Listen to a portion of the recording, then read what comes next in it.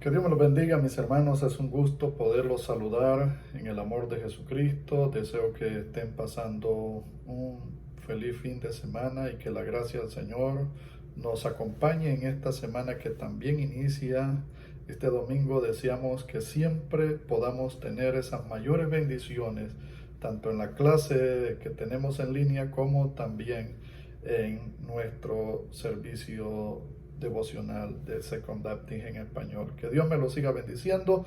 Este día tenemos una clase maravillosa. A mí me ha impactado mucho, mi corazón ha sido bendecido y deseo que siempre estén también ustedes siendo bendecidos en la gracia del Señor. Bueno, el tema de hoy es la expresión de nuestra esperanza. Bueno, sabemos mucho también del amor, sabemos mucho también de lo que es la fe, pero la esperanza también es una de las virtudes esenciales que tiene el apóstol, o la cita el apóstol Pablo en Primera de Corintios. Así que entramos y en este caso vamos a tomar la primera carta del apóstol Pedro en su capítulo 1, versículo 13 al 16, y dice de esta manera: por tanto, ceñid los lomos de vuestro entendimiento, sed sobrios y esperad por completo en la gracia que se os traerá cuando Jesucristo sea manifestado. Como hijos obedientes, no os conforméis a los deseos que antes teníais estando en vuestra ignorancia, sino como aquel que os llamó es santo, sed también vosotros santos en toda vuestra manera de vivir, porque escrito está: sed santos porque yo soy santo. Bueno, tenemos la lectura y estamos ahí observando algunos detalles que el apóstol Pedro desafía a los creyentes en tres aspectos: en la manera de entender,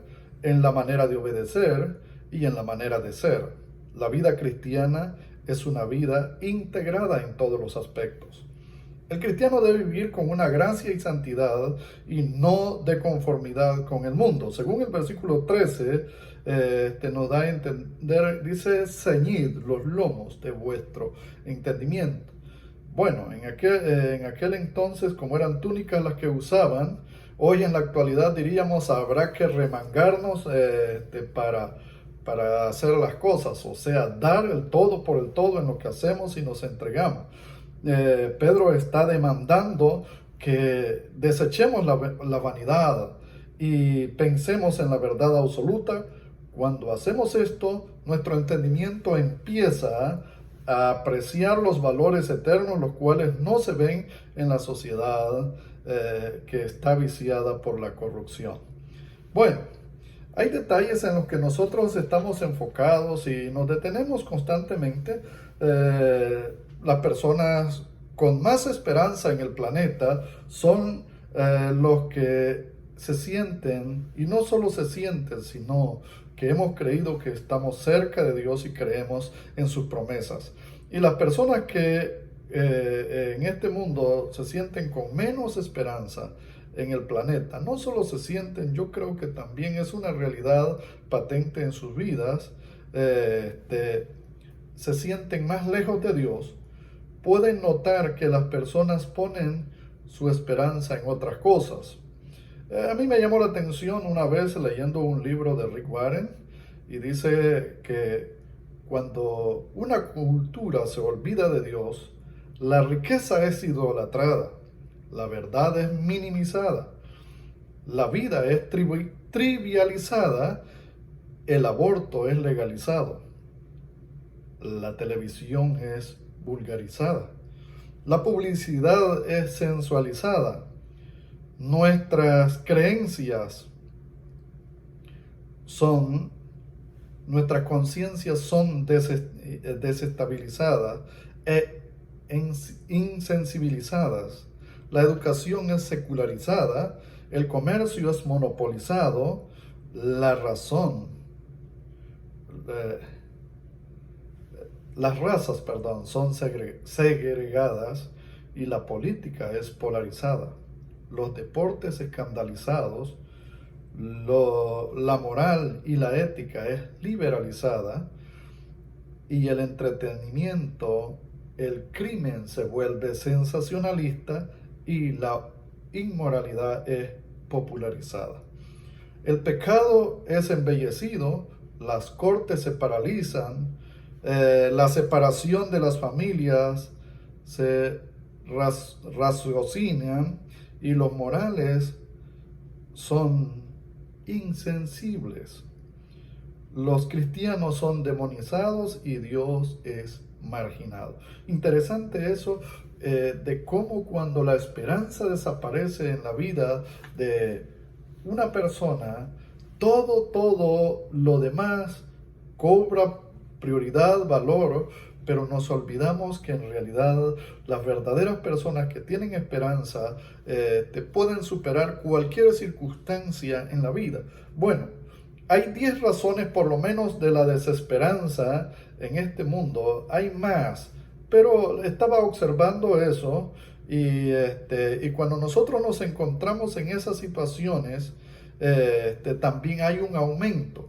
Y pudiéramos citar esas 10 razones de las que nos encontramos y observamos cuando una persona minimiza la esperanza o se vuelve inefectiva en la esperanza o deja de crecer viviendo, ya que la esperanza es un pilar fuerte al que reta el apóstol Pedro a que una persona pueda avanzar cada día. No solo se mantiene creciendo, sino que avanzando y fuerte, con un coraje decidido, determinado, porque sabe de lo que está haciendo.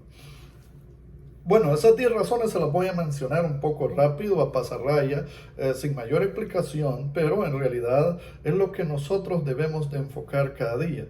Una persona cuando se siente solo o abandonado, te comienza a preguntarse dentro de sí, ¿dónde está Dios? ¿Qué está pasando? Y piensa que nadie lo ama, que Dios mismo lo olvidó, que sus seres amados lo olvidaron, y en realidad eso le está trayendo consecuencias a sí mismo y su persona está cada vez más decayendo. Pero algunas veces nosotros observamos el Padre Nuestro y nos encontramos con algunas razones allí en el Padre Nuestro que nosotros bueno, lo sabemos el Padre Nuestro, pero a veces no oramos intensamente con Él. Por ejemplo, cuando una persona se siente solo, y esto también estoy hablando a los que ya hemos creído en Cristo, y dice, no hay quien me ama, no hay amor, me siento solo, pero en el Padre Nuestro dice, Padre Nuestro, no estamos solos, tenemos un Padre.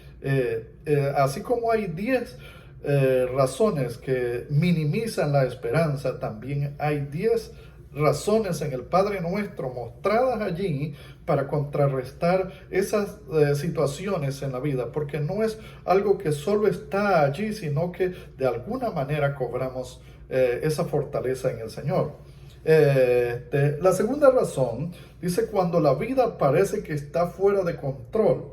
O sea, nos encontramos nosotros de que te decimos, ya no hay un por qué seguir batallando, todo está fuera de control, nadie tiene control de sí mismo, pero el Señor sigue teniendo el control. Porque dice, santificado sea tu nombre. Hay un control, hay un propósito, hay un eje de mando que Dios siempre está teniendo el control, aunque algunas veces parece que todo se sale de control. Jesús estaba en la barca durmiendo con sus discípulos y aunque ellos pensaban que se había salido de control, para Jesús no se había no estaba fuera de control. Jesús dijo, calla, enmudece en medio de todo el ruido social y que estaba pasando en ese momento. Otra de las razones, cuando no veo el propósito, no veo una luz al final del túnel, entonces, ¿qué hacemos? Esa es la tercera razón, pero Jesús dice algo tan importante en el Padre Nuestro, que venga tu reino. No se ve a veces el propósito, pero el propósito está en su reino, estamos dentro de su reino. Dice, el que esté en mi mano, ¿quién lo arrebatará? Somos elegidos, somos santificados, somos redimidos para tener esa salvación, tener no solo la salvación, sino un propósito de esperanza. Estamos aquí con un llamado especial de mostrar esa esperanza a la que el Señor nos ha llamado. Cuando Pedro pregunta, ¿quién dicen los hombres que soy yo? Pedro dice, tú eres el Cristo, el Hijo del Dios viviente. Él testifica, quizás en medio de un silencio, en medio de una circunstancia, cuando ya no querían, los demás estaban en silencio y no se sentían en la capacidad de responder, pero hay un hombre que rompe ese silencio a través de una revelación divina. O sea, siempre hay un propósito de Dios en los momentos de mayor silencio, en los momentos en que nosotros pensamos de que no se ve propósito, de que todo es una anarquía, todo está fuera de control. Dios está en control de todo. Otra de las cosas que minimizan a veces nuestra esperanza es cuando se está de duelo por una pérdida de un ser importante dentro de la familia, del entorno, pero Dios no está alejado, olvidado de eso. Me llama la atención que te dice que se haga tu voluntad. Esa es la respuesta, aceptar con decisión, con valor, lo que Dios está haciendo, porque Él siempre sabe lo que hace con mi vida, lo que está haciendo en el entorno de mis seres amados. También tengo que aceptar que es su voluntad. Entonces, eso no solo debilita mi esperanza, sino que la fortalece. Vamos hacia adelante, creemos en esa ancla, como dice Hebreos 6:19, que Él es el ancla de nuestra esperanza. Así que es la palabra de Dios la que nos fija, nos ancla, nos fortalece.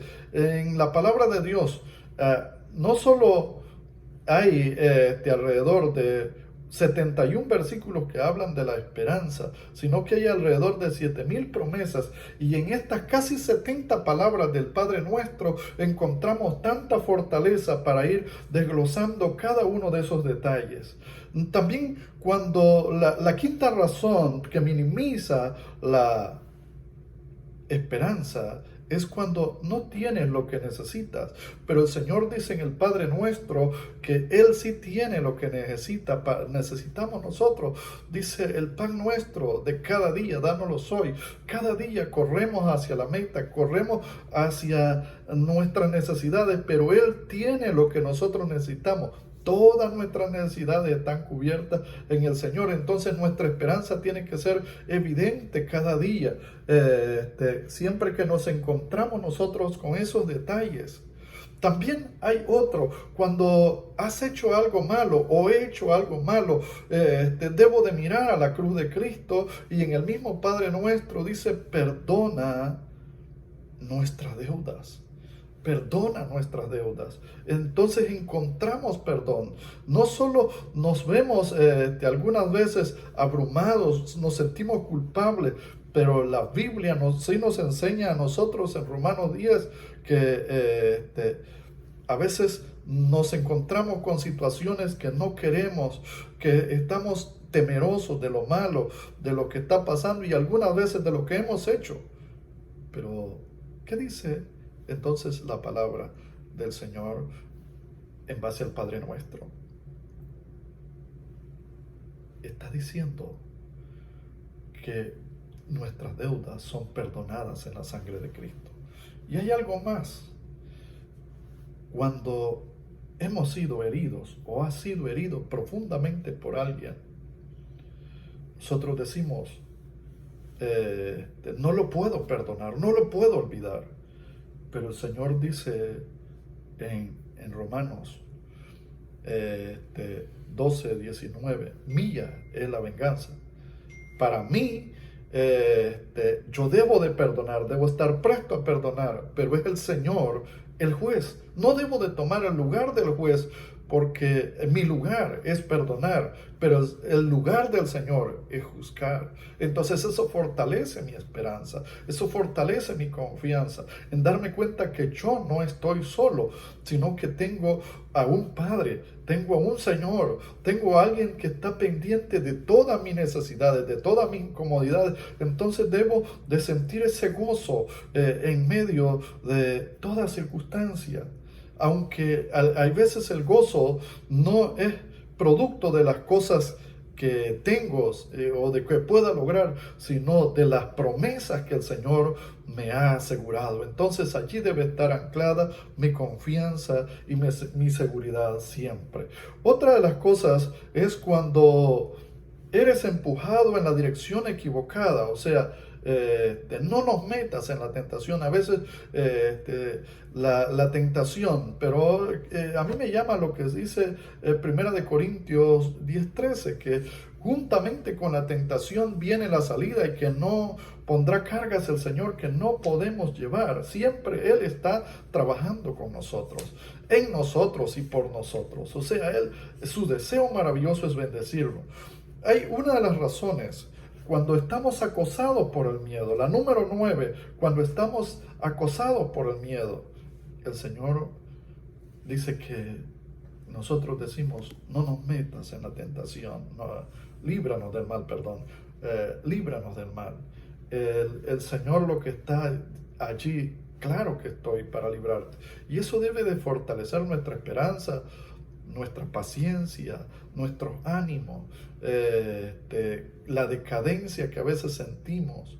Somos humanos, somos carne, pero el Señor tiene promesas aseguradas. Dice que aún Abraham, cuando estaba casi muerto, pero creyó, aún esperanza, contra esperanza, que el que le había prometido era fiel. Y nuestro Dios es fiel. Él está siempre para ayudarnos, está allí para consolarnos.